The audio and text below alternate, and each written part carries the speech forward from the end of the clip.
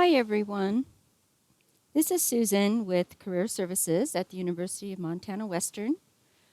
I'm narrating some of the presentations that I do in classrooms so that they can be viewable online now and in the future.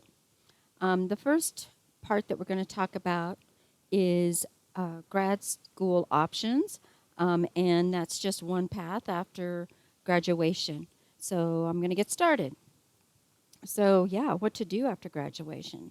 Whether it's a career option or it is a grad school option, you'll want to be prepared to apply for these things and put your best, face forward, as it were, on paper. So, resume writing. You should be keeping your resume updated as you go along, and after graduation is definitely a good time to update it. Make sure that it's ready to be submitted for work if you see something that you like, or grad school. Okay, also job searching skills. It's not like, just looking at a classified ad and applying for something or walking door to door in a business section of your town.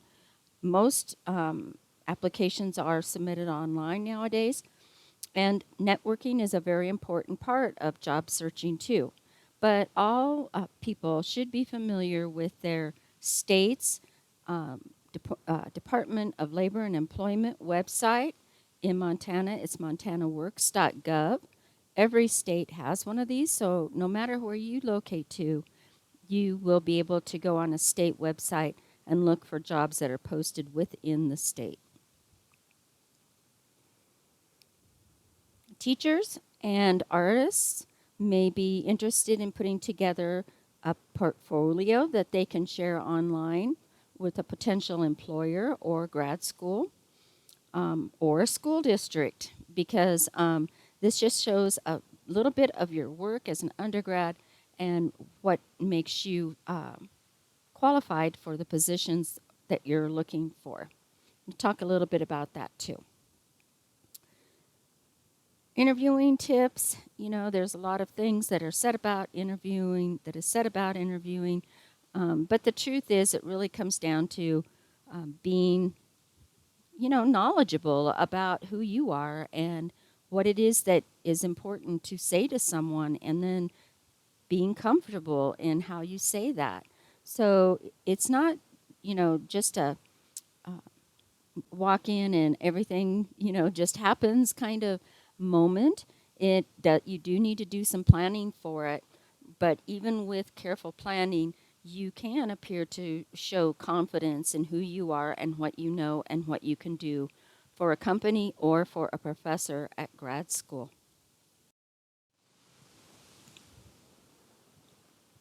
Okay, so you're graduating. It's 2020. What's next? We've had a lot of things to deal with, so some people are still deciding what they want to do, and that's totally fine. Um, so let's just say that some people who made decisions about what to do after graduation 3 or 4 months ago are now having to look at other options because of the COVID-19 virus that we've had to accommodate in our schools and in the workforce. So this is just one idea, and it's the grad school option.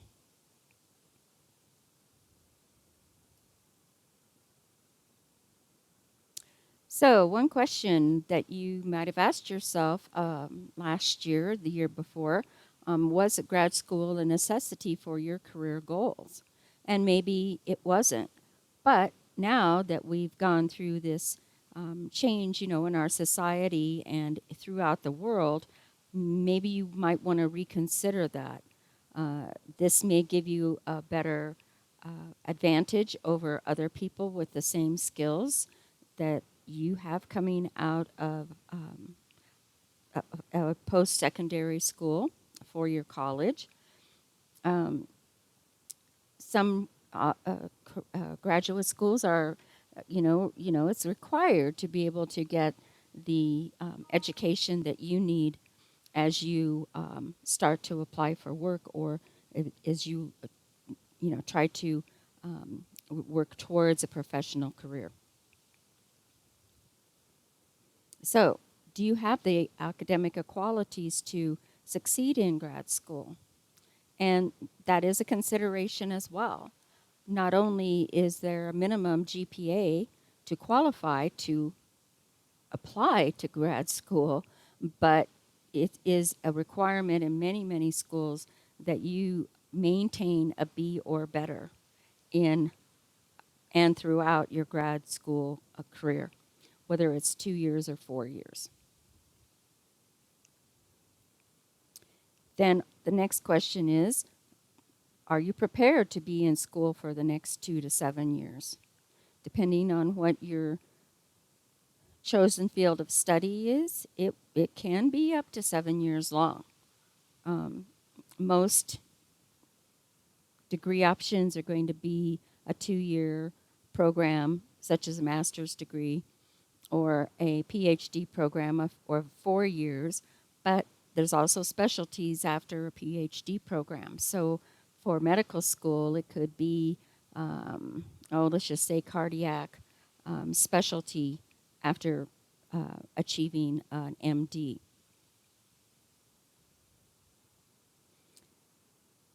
The next question, but you can't avoid this one, is can you afford to be in grad school? And are you the type of person who is really ready to put your focus and priorities into learning and doing what you need to do to learn and keep that GPA up? And maybe not buying a new car, and maybe not, getting a really expensive apartment while you're in school. So you need to kind of know who you are and really ask yourself some serious questions about what is your level of commitment to an additional post graduate program.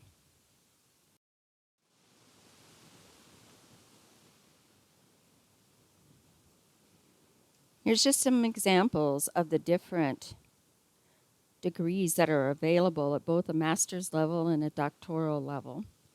And the master's degrees are going to take right around 2 years.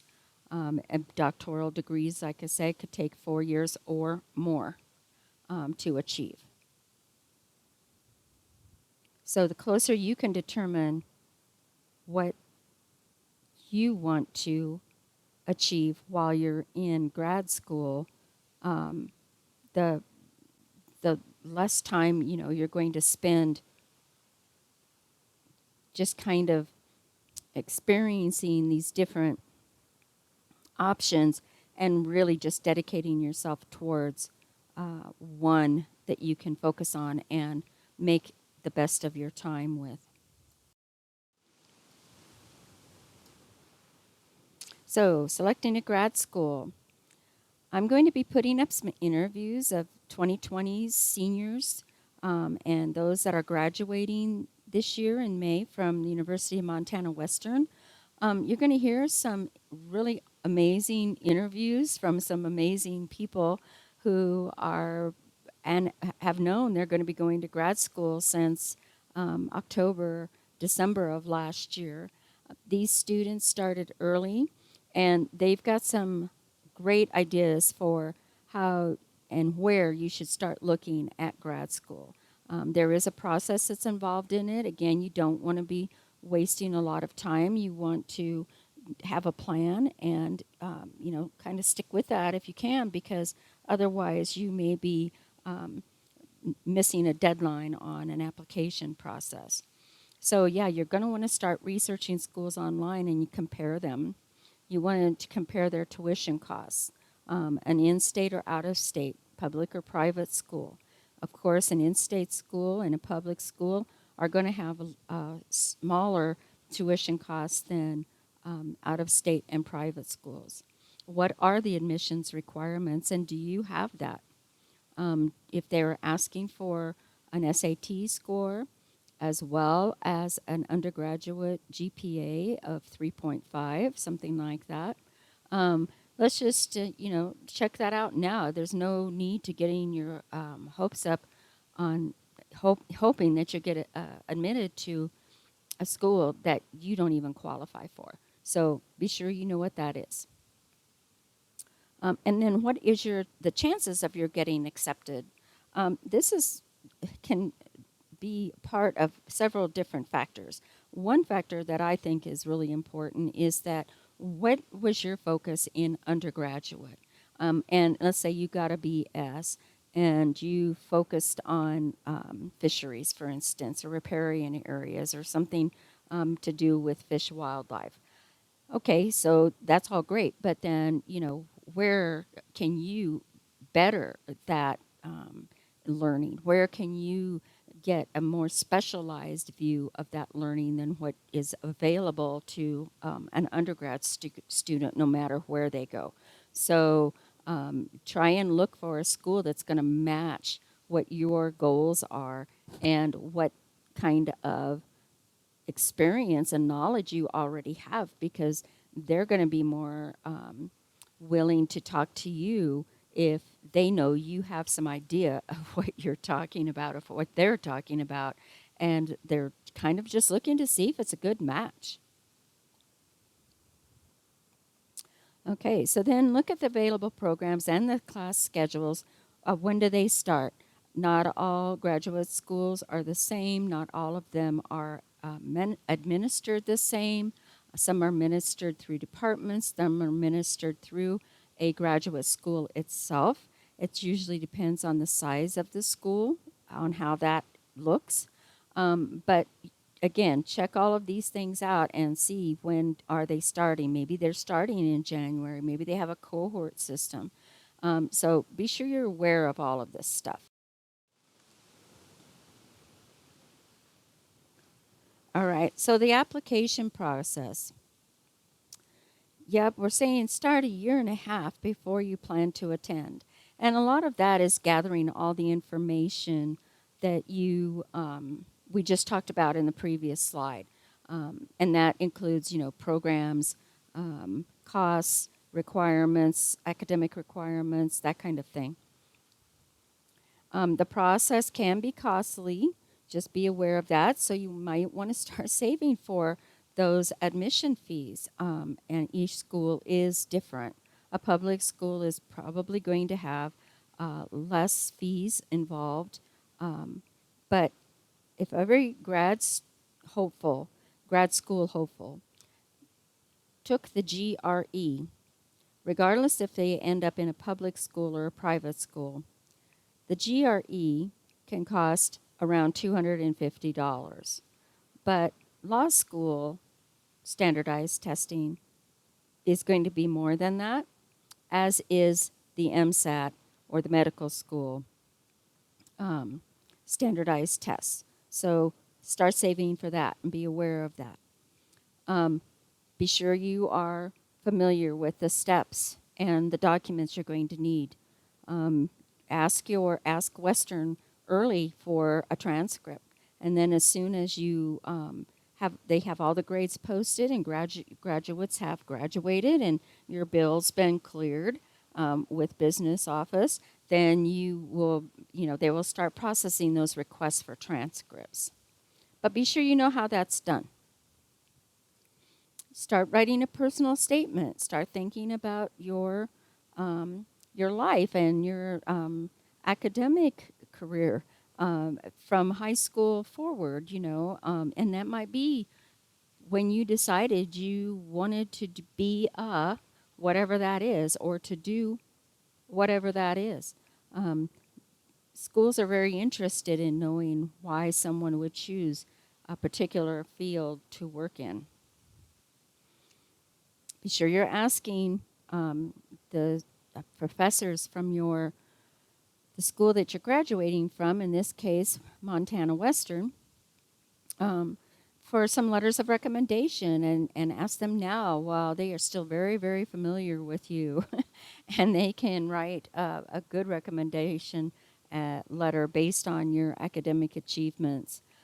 Also, be sure that you ask for permission in the future to be able to contact that professor and ask for an updated letter of recommendation in the future There's just a lot of ways that your professors this year can help you prepare for grad school and get those documents help prepared for you as well. Now you might want to be checking into what is the cost of these graduate school standardized tests. They vary. The closest place for being able to sit for one of these exams, closest to Dillon, that is going to be in Butte.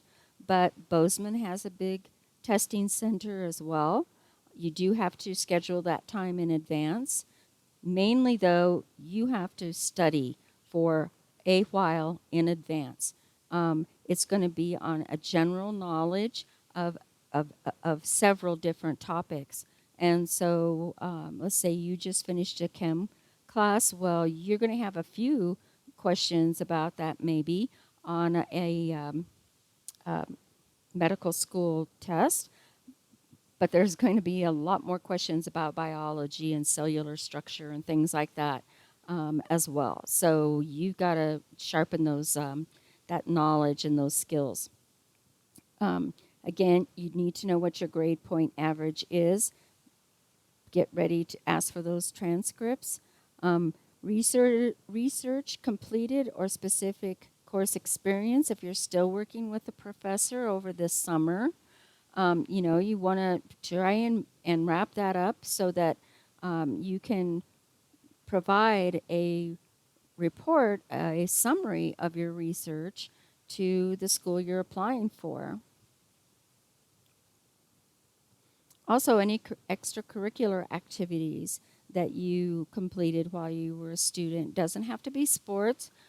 Student leaders are real important people in graduate schools. They're always looking for leaders. They're looking for students that have had some experience in a computer lab or, like, for instance, in the Learning Center, because they've had some experience working with and trying to explain skills to other students. And that is a skill that is great for teachers' assistants when they're in grad school. Also, make sure that your resume has been updated and reviewed, and you have had several people look at it. You have the most important information. Remember, a resume is not a narrative. A resume is a list of skills that you have learned through academic experience or through work experience. Practice for an interview. Have a friend help you, have a parent help you. Come into career services and we can ask you a few questions to help you become comfortable in an.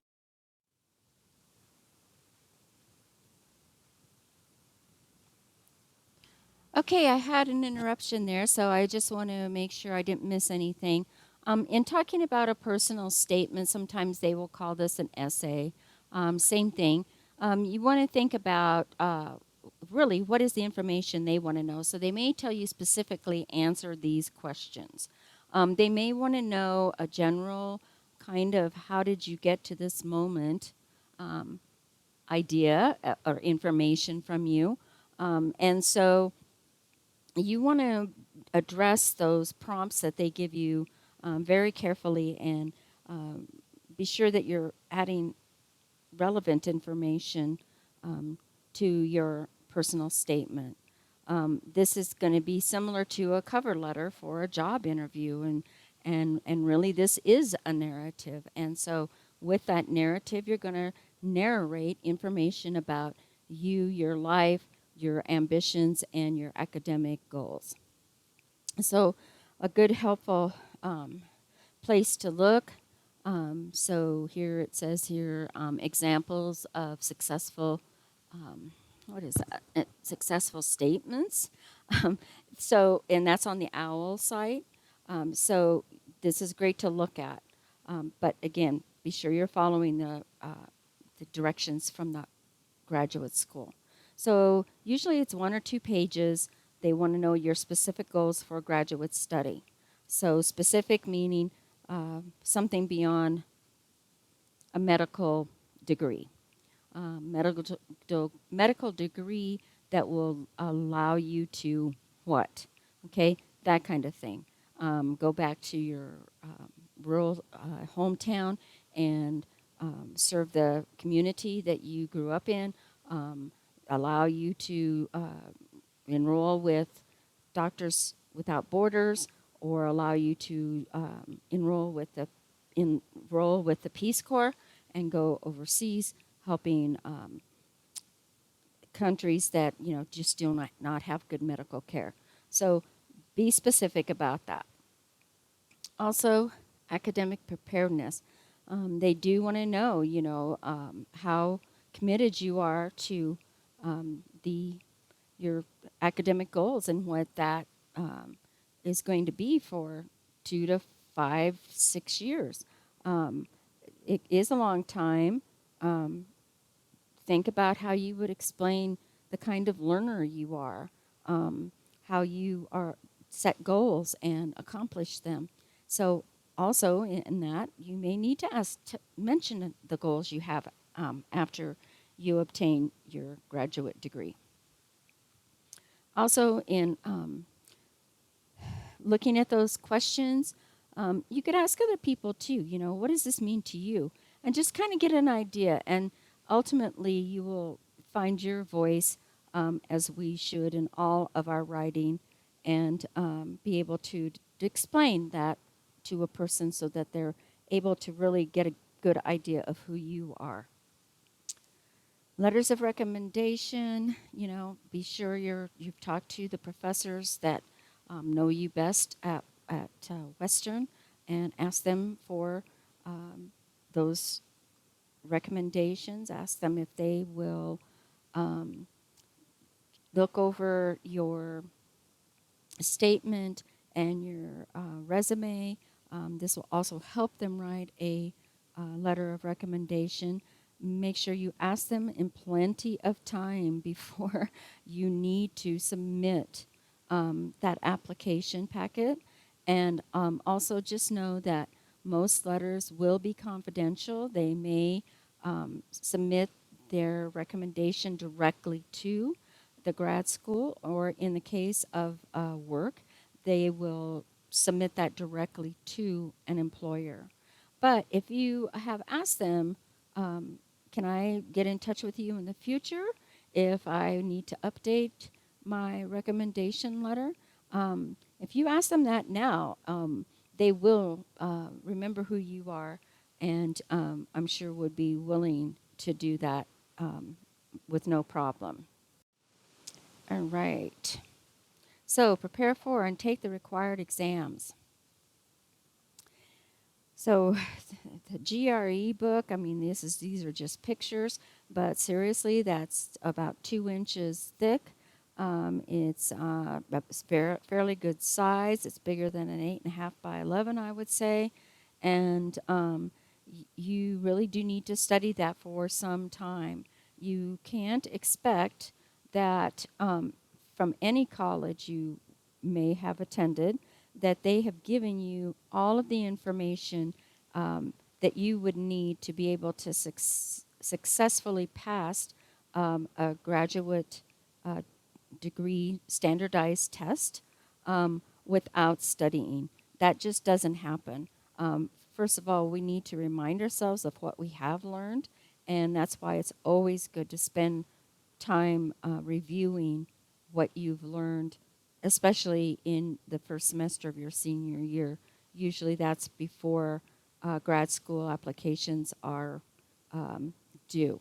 So you may need to take this exam a year before you graduate.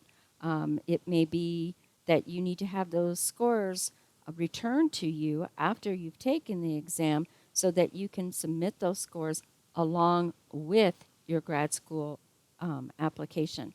Some schools will ask for it before school starts. Some of them need to have that information before they accept or reject your application. You can always find these books. For some people, it is definitely worth buying your own copy so that you can carry it around, don't have to worry about returning it.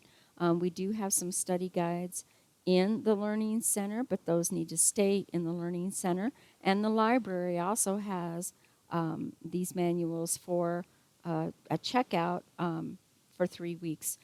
Practice just as often as you can. Also, the library, Lucy Carson Library database, has online GRE, graduate school standardized tests available, practice tests available, so that you can practice the format. And then you're also going to want to remember to make a reservation for when and where you want to take the exam. Um, the closest place to Dillon is going to be in Butte or Bozeman, but they only have so many seats available for any given time or day. So just assume that you might need to, make a reservation with the company that you're taking the exam with um, 2 weeks in advance, maybe even up to a month in advance. So keep that in mind and don't wait for that. Be sure that you are doing more than just kind of a virtual 360 tour of the campus that you've chosen to apply with. Now, this would be really important because even though they may have the types of um, academia that you want to study and the degrees that you want to um, obtain, you just may not be happy with the community itself, or there may be something else that you were hoping that you could participate in at this school that they do not have. So make appointments to tour the campus that you want to apply to, and also meet those faculty face to face, and go to talk to them in the admissions office. Just it's kind of like getting a job, and so if you can follow the protocol that's involved in applying for work or for grad school, that's great. But if they are familiar with who you are, and know what you look like and know what your goals are and what you want to um, participate with at their school, this is just, it can only be a good thing. So think about that. Also, gather information about the community and housing. In some larger campuses, grad students are able to get housing on campus that that is not in a dormitory, but it is campus housing. So, check that out because obviously that's going to be a lesser expense to you.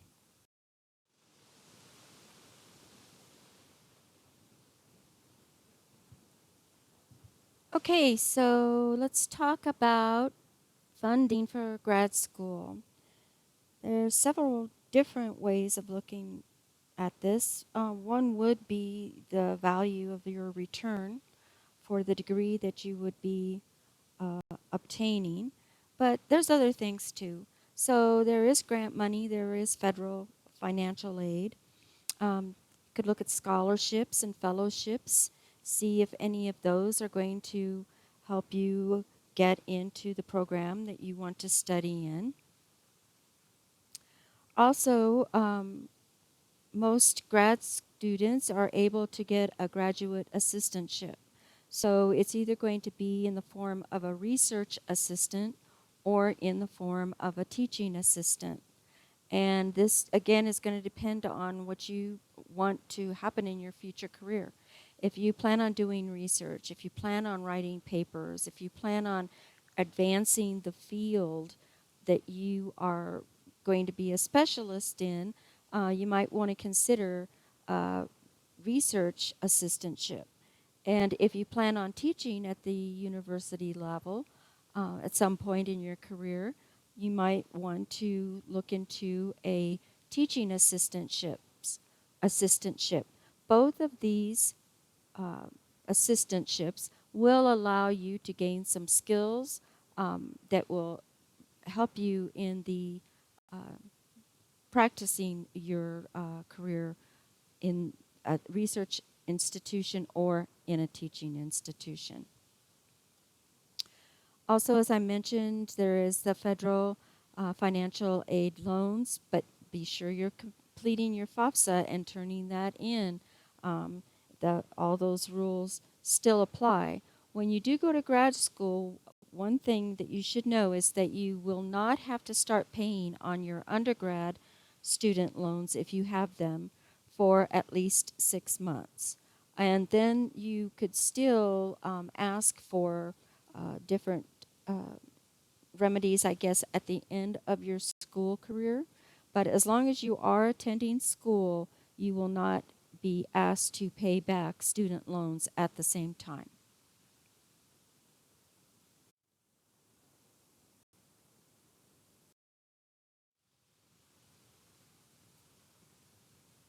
Okay, I've shared a lot of information with you about graduate school, but I want to suggest that you make an appointment to speak to one of your UMW professors and ask them about grad school. It's a good opportunity for you to create a mentee relationship with your professor.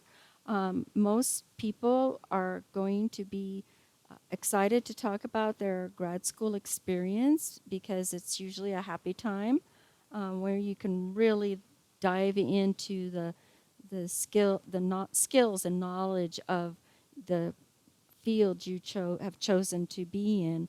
They can share with you schools around the country that might be a good fit for you. They can talk to you about the admissions process, and this would be a good time for you to ask them if they would write recommendation letters for you. So developing that relationship is going to help you in a long way in that a lot of our professors are just experts at uh, advanced educational degrees. So talk to them. Also, if you have any other questions, you can come in or call the Career Services Office. Our new number is 683-7004. Or you can talk to me, Susan White. Be happy to talk to you about cover letters, about writing that personal statement, about making sure your resume is suitable for a grad school application. We can look at all of those things. And if you want to come by the office, that would be great. We're in the lower level of the Lucy Carson Library within the Learning Center. So hope to see you soon and good luck with your graduate school application.